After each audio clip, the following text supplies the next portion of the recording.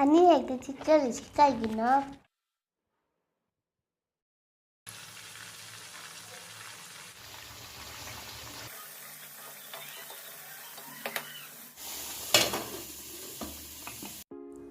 Hi friends, welcome back to my channel. Ngasi aina thongjagadori si poromga khamena simbagani si mayam semjare si semjar matung sidaida fry toraga thongadamni fry tawdringai mamang sidaida masala khara add tawgani masala singsidi ahanbada murok chamasama makhai garam masala chamasama makhai machu chamasama makhai zira chamasama ama makhai thum misai apambai matung ina hapjarani aduduga fajana mix up tawrani mix up si haifetang fajana mix up tawra matung sidaida thau amuk khara hapkaneba ko sumaina mix up tawrani aduga thau se hapa matung sidaida so amaka fajana manung yaunaba thau se hapa mix up tawrani mix up tawra matung sidaida pungkhai ama marinate tawraga thamjarani marinate tawra matung sidaida fry pan ama laurani pungkhai matung sidaida fry pan si thau si fajana haira matung sidaida sahalani sahalla matung sidaida koina fry si fajana sumaina tawjarani ko among katang aduduga haipet on jarani ola matung sidaida si on jare ko ola matung sidaida laukhat jarani laukhat pasi jali gumada thau si machum loina tahanna ba laukhat piyu नत्रगना इसागी लेजरीबा पात्रदा दुम लौखत PU कैसु कायदे अदु लौखत जरा मतुंग सिदैदा सुमाइना तौजरनी लेमहौबा खरा मसु अमुका हापचरी बसी गी लोइनदी उच्चद्रे सुमाइन तौरनी चिलिनाव मयाम सिंग मथंग सिदि nga थोंजरनी थोंजबगी process हौजरनी थोंजबै process हौबा मतमदा मुरोक मै अहुम मरी तंखाइ सोरगा हापचरनी अदुगा तेजपत्ता हापनी तिलौ हापचरनी तिलौ हापगा हाइफेतम mix up तौरनी mix up तौर मतुंगसिदा हाइफेट मुंजरे highway मतमसिदैदा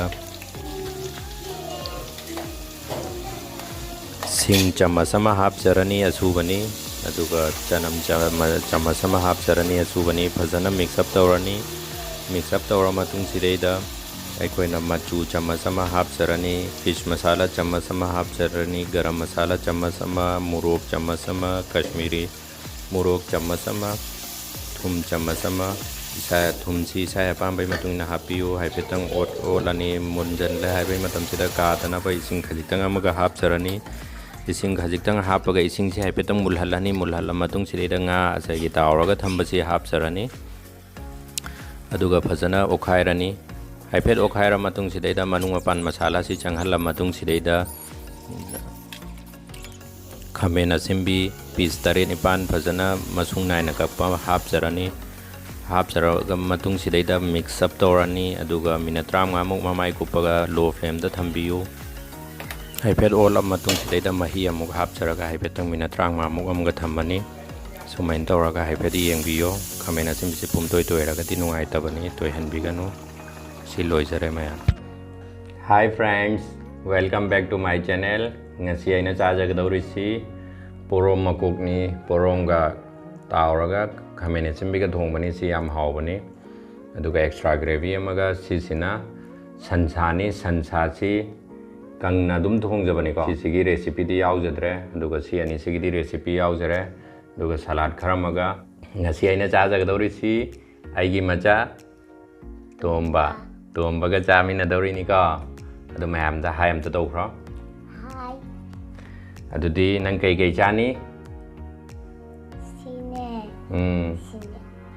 Oh, neng singa si chador ba sidi sadi cha ahobi ne chagani adudi papa sa amma haba age aduga mahi am hai roi si ko nang na murok sani ko adu nga haba age ko nga si maru yaw da bi ko aduga mahi khaji tang haira age yam haira roi ge ko o chamane adu so hai chamane papa na sidi hairi ni ko chamani se to lage papana haurasi adu mayam da ke no nang hai ga dab do hai ro papa yi channel chibu subscribe the view like the view comment the di papa su haurage ka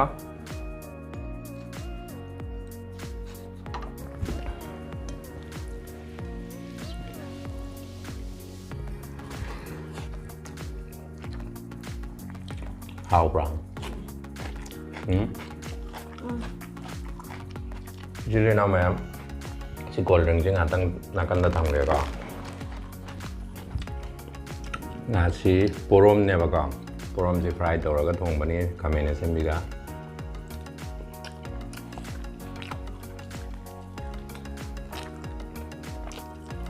하우프라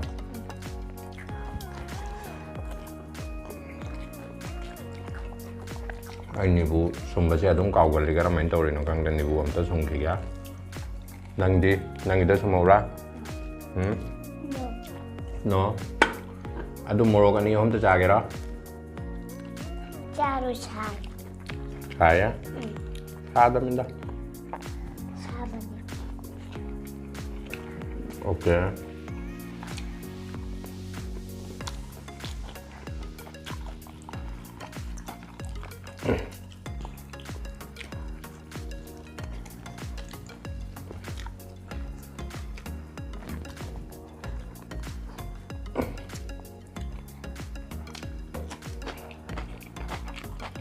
cái đầu mà tôm ba luộc sạp ra chai á ok itu papa cak siapa orang yang wanda mahia udah pasti jatuh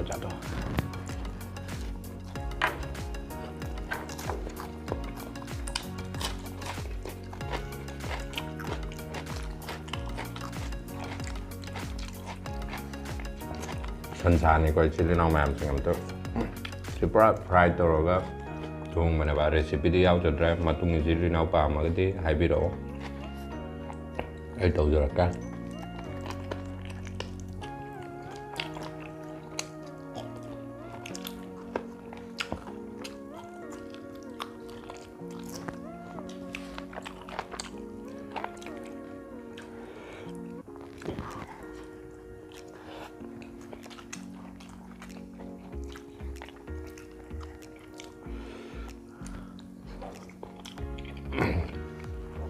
보롬지 야마웨 얌땅나 방문에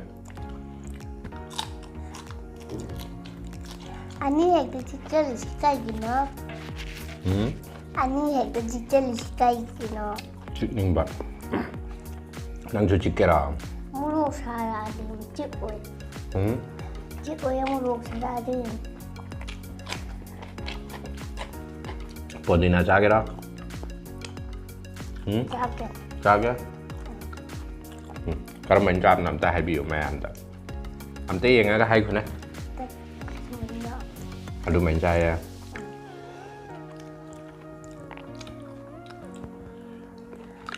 hào rồi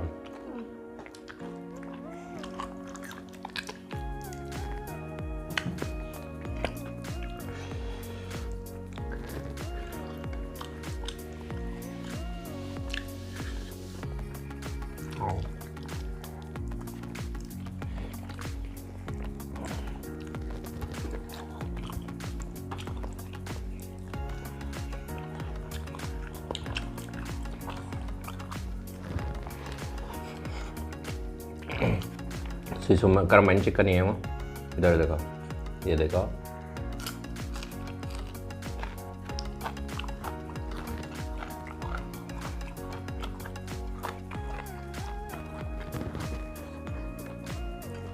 Papa dia ni sih nang am tu jekara.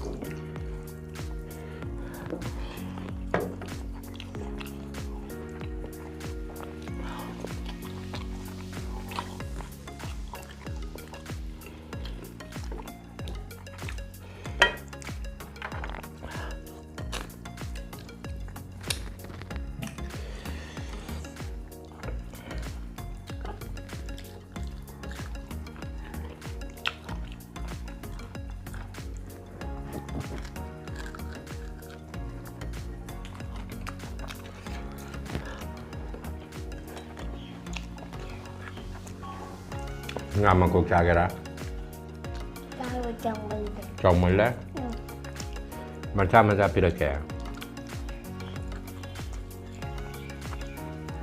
Ở đó nó hào vậy không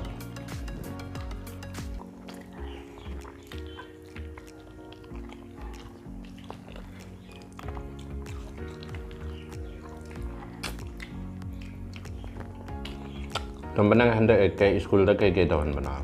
Mẹ nè. Buồn nè.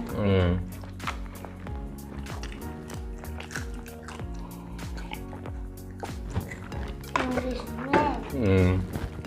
Hindi nè. Campara mà nông có. Campara mo.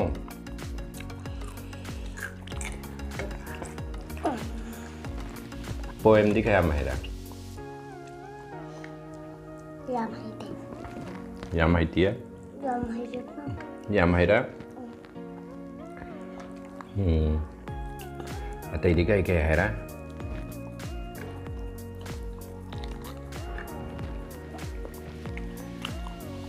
Okay.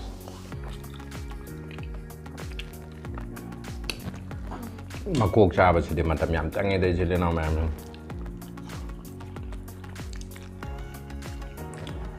Thalla. To agera. Adudi. Am de kaya hairam gani. पापा की video को subscribe तभी like तभी comment तभी Okay.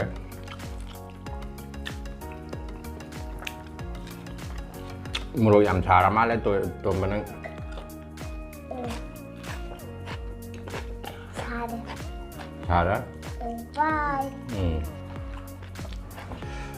Sili na ma'am singi chano pidung asi muro yam chara.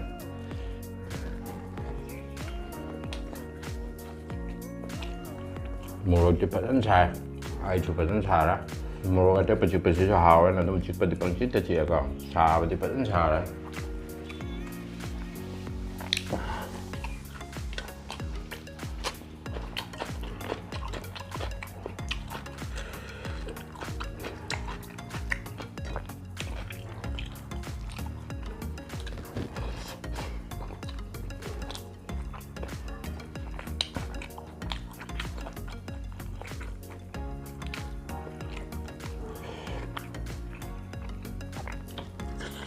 Porom sidi padan hawa. Yam na pang da baga.